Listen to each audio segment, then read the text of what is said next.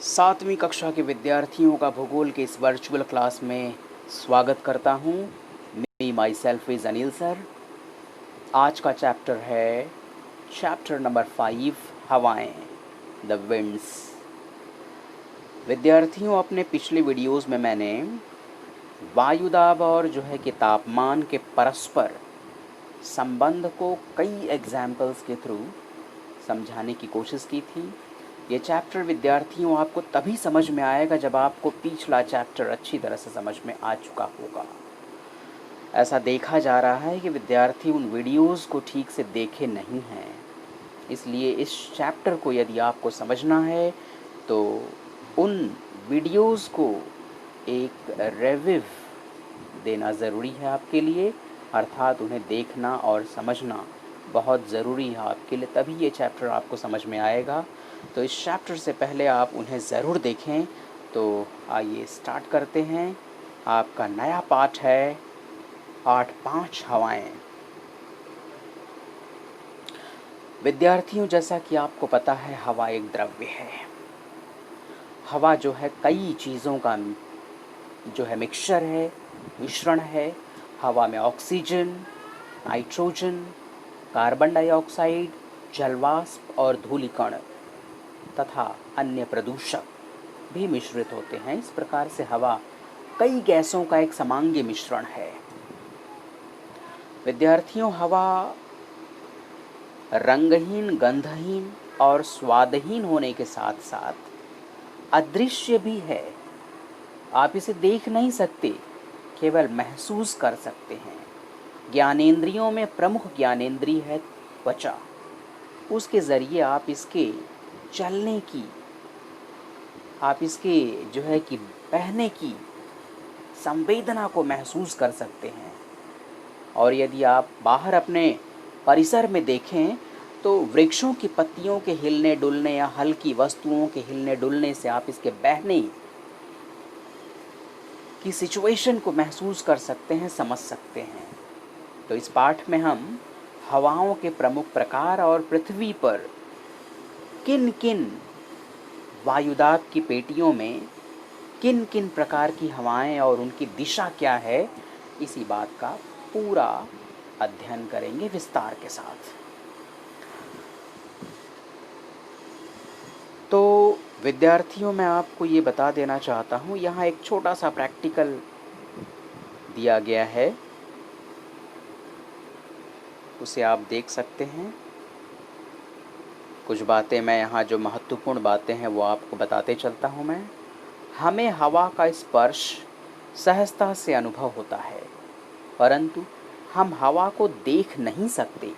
हमारे आसपास की अनेक वस्तुएं हिलती डुलती हैं और अभी हम हवा का अनुभव करते हैं, अर्थात हवा के बहने का संबंध पवन से होता है। तो फिर हवा क्यों बहती है, ऐसा प्रश्न निर्माण होता है। तो विद्यार्थियों, हवा और पवन में क्या संबंध है? हवा एक समांगी मिश्रण है, मैंने बताया आपको, कई गैसों का। लेकिन ये हवा जब प्रवाहमान होती है, एक स्थान से दूसरे स्थान की ओर बहती है, तो इसे पवन कहा जाता है। तो हवा के बहने का, हवा के प्रवाहमान होने का सबसे बड़ा सिद्धांत है वायुदाब में अंतर। मैंने अपने पिछले वीडियो में आपको ये समझाया था कि जहाँ तापमान अधिक होता है वहाँ की हवा हल्की होती है। वहाँ तापमान अधिक होने के कारण हवा गर्म होकर हल्की होती है और ऊपर उठती है, जिसकी वजह से वहाँ कम वायुदाब का क्षेत्र निर्मित हो जाता है। इसके विपरीत जहाँ तापमान अधिक है, कम है और वायुदाब ज़्यादा है, वहाँ से कम वायुदाब की ओर हवा बहना शुरू हो जाती है। तो इन शॉर्ट अगर मैं बात करूँ तो हवा बहती क्यों है? वायुदाब में अंतर के कारण। जहाँ वायुदाब अधिक होगा वहाँ से हवा कम वायुदाब क्षेत्र की ओर प्रवाहमान हो जाती है। तो यदि वायुदाब में अंतर समान हो, वायुदाब में कोई अंतर ही नहीं हो, सर्वत्र भूमंडल पर वायुदाब एक जैसा हो, तो हवा बहे ही ना। भाई किसी भी चीज़ के बहने का सिद्धांत एक ही है, अंतर होना। तो वायुदाब में जब अंतर होता है, एटमॉस्फेरिक प्रेशर में जब अंतर क्रिएट होता है, हवा का बहना तभी शुरू होता है। और ये अंतर जितना ज़्यादा होगा, हवा बहने की जो गति है उतनी ही ज़्यादा होगी। हवा अगर धीमी गति से बह रही है तो समझ लो हवा जो है, वायुदाब का अंतर कम है। और हवा की स्पीड अगर बढ़ी ज़्यादा तो समझिए वायुदाब का अंतर ज़्यादा क्रिएट हो रहा है। और यदि आंधी और तूफान जैसी स्थिति है तो समझ लो वायुदाब का ये अंतर काफ़ी है, काफ़ी प्रचंड है, जिसकी वजह से आंधी तूफान और वर्षा जैसी स्थितियां पैदा होती हैं। तो अपने पिछले वीडियो में ही मैंने आपको ये बताया था कि पृथ्वी पर जो क्लाइमेट चेंज होता है, हवा बहती है, आंधी तूफान आते हैं, संवहनी वर्षा होती है, ये सब वायुदाब में अंतर के कारण ही होती हैं। तो आइए ज़रा हम कुछ खास बातों को यहाँ पर आपको बताना चाहेंगे। जो जो अनुपयोगी बातें हैं वो उस पर चर्चा करने से अच्छा है हम कुछ खास बातों पर ही चर्चा करें और अधिक देर तक चर्चा करें। तो विद्यार्थियों, इन शॉर्ट मैं एक बात और आपको बता देना चाहता हूँ कि हवा जब जो है कि बहती है तो अपने जो है बहने की वजह से हल्की वस्तुओं को हिला पाती है। भारी वस्तुएं अपने भारी द्रव्यमान की वजह से नहीं हिलती हैं। तो यहाँ जो एक एक्सपेरिमेंट आपको दिया गया है, एक एक्टिविटी दी गई है, इस एक्टिविटी का यही निष्कर्ष है कि हवा केवल हल्की वस्तुओं को जिनका द्रव्यमान कम होता है उन्हें ही हिलाती है। भारी वस्तुओं अर्थात भारी द्रव्यमान वाली वस्तुओं को नहीं हिला पाती है, जिसकी वजह से आप देख सकते हैं कि हल्की वस्तुएं जैसे पेपर, कागज़ के टुकड़े हुए, वृक्षों की पत्तियां हुईं, वे हिलती हैं, किंतु घर हुए, बिल्डिंग्स हुए या भारी वस्तुएं हुई, उन्हें कितनी भी जो है तेज़ गति से हवा बहे हिलाती नहीं है, हिला नहीं पाती है। तो इस एक्टिविटी का निष्कर्ष यही है, हवा का निर्माण जो है कि कैसे होता है। तो हवा का निर्माण कैसे होता है ये भी मैंने आपको बताया। हवा क्यों बहती है, और जो है बहती हुई हवा को ही हम कहते हैं पवन।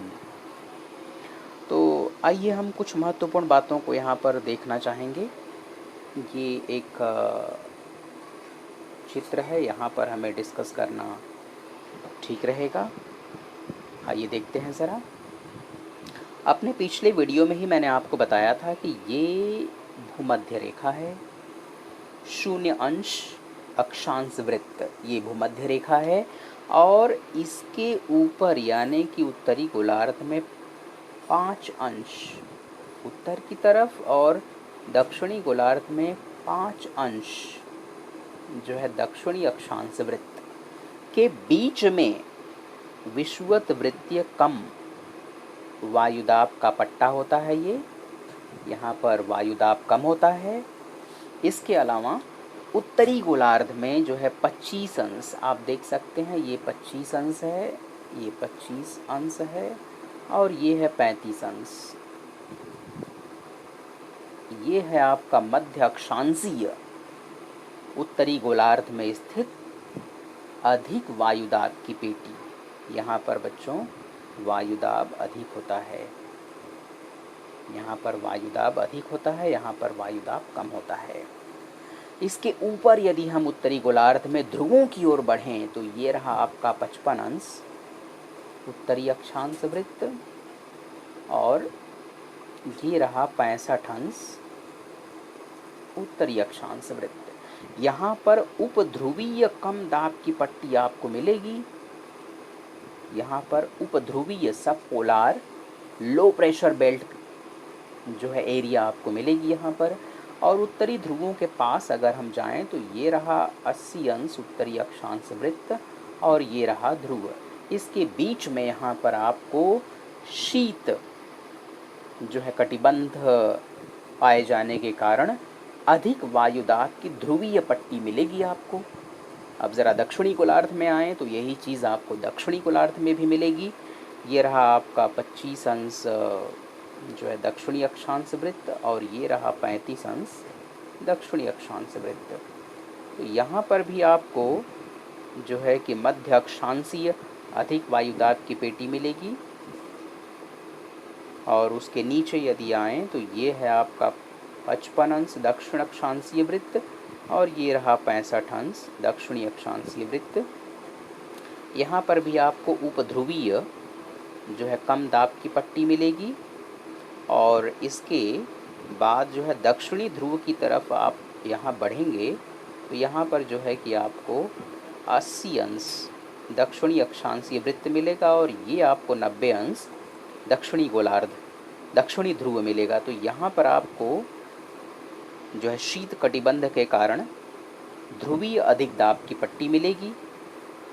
तो ये एक प्रकार से आपका रिवीजन हो चुका है यहाँ पर फिर से। तो दरअसल इस पिक्चर में जो खास बात बताई जा रही है वो ये है कि यहाँ पर जो कम दाब की पट्टी आपको दिखाई दे रही है, यहाँ जो कम वायुदाब जो क्रिएट हो रहा है उसका रीज़न है सूर्य।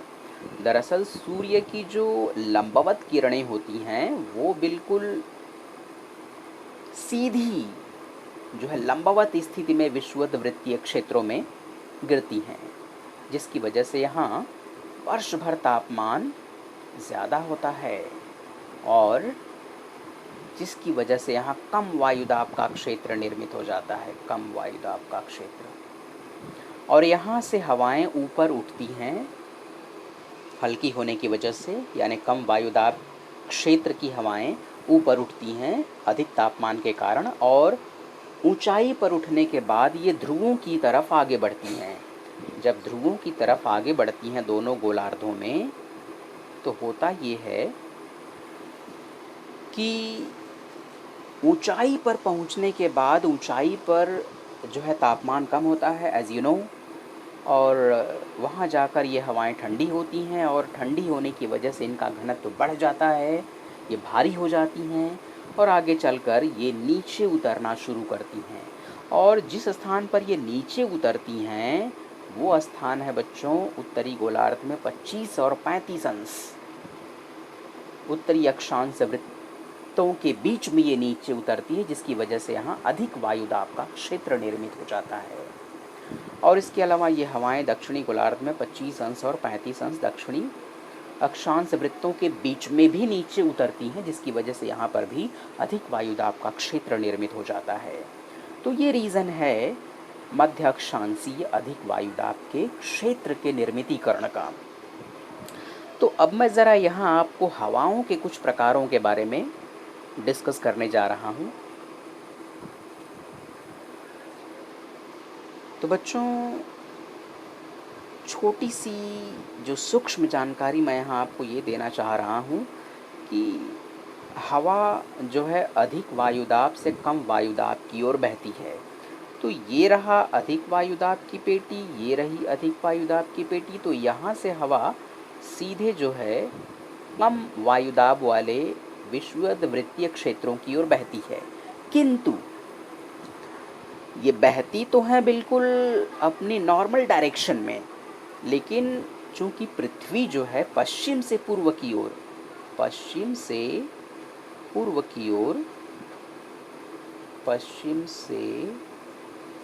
ओर अपने अक्ष पर परिवलन कर रही है। इस परिवलन की जो गति है, जो स्पीड है, उसकी वजह से हवा का रुख बदल जाता है, हवा की दिशा बदल जाती है। उत्तरी गोलार्ध में ये इस तरफ मुड़ जाती है, और जो है कि दक्षिणी गोलार्ध में भी ये इसी प्रकार से मुड़ जाती है।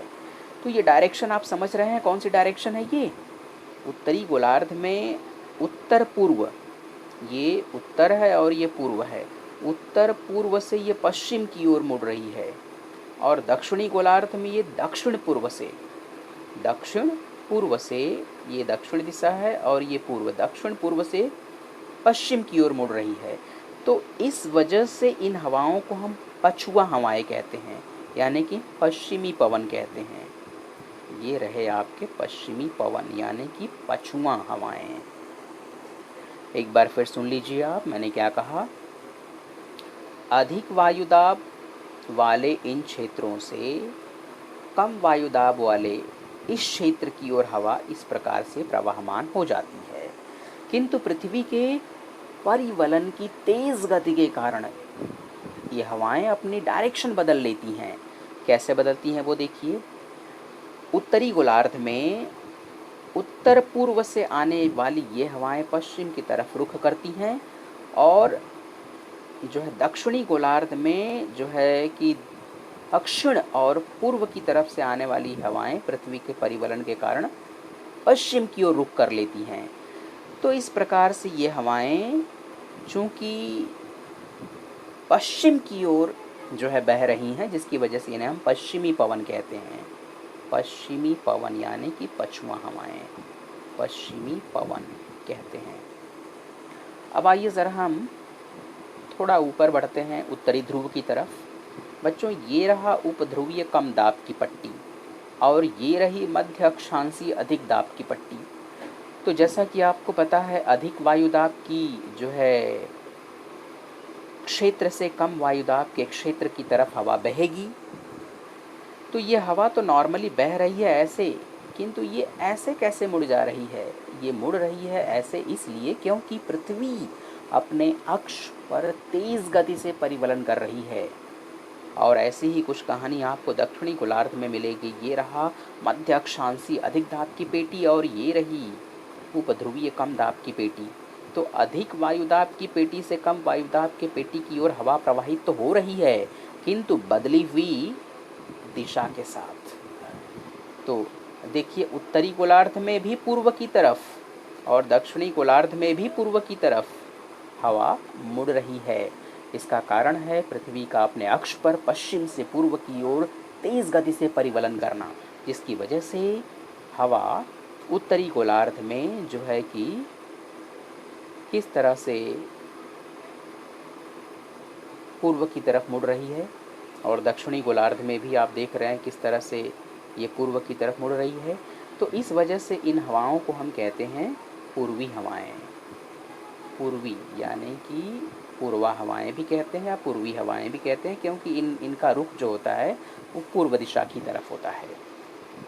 तो इन शॉर्ट में थोड़ा सा आपको दिशा का ज्ञान भी करा दूँ। ऊपर की तरफ उत्तर है और इस तरफ आपका पूर्व है। तो जाहिर है उत्तर से ऑपोजिट ये दक्षिण होगा और पूर्व से ऑपोजिट ये होगा पश्चिम। तो आइए देखते हैं ज़रा सा ऊपर उत्तरी गोलार्ध में। आप देख सकते हैं बच्चों, ये रहा ध्रुवीय अधिक दाब की पट्टी। यहाँ पर देख सकते हैं ये ध्रुवीय अधिक दाब की पट्टी है। तो अधिक दाब से कम वायुदाब के क्षेत्र की ओर हवा बह रही है। देखिए ये हवा बह रही है यहाँ पर भी आप देख सकते हैं हवा बह रही है। ध्रुवीय अधिक दाब की पट्टी से जो है उपध्रुवीय कम दाब की पट्टी की ओर हवा बह रही है यहाँ पर, किंतु पृथ्वी के परिवलन के कारण ये अपनी दिशा बदल रही है। देखिए इस तरफ से बह रही है ऐसे, यानी कि पश्चिम की ओर बह रही है। इन्हें आप कहते हैं ध्रुवीय हवाएं, क्योंकि ये ध्रुवों की तरफ से संचालित होती हैं। तो विद्यार्थियों, ये सारी बातें आपको समझ में आ चुकी होंगी। वीडियो काफ़ी लंबा बनने वाला है, इसे 2-3 पार्ट्स में बनाएंगे। और अभी के लिए इतना ही। धन्यवाद।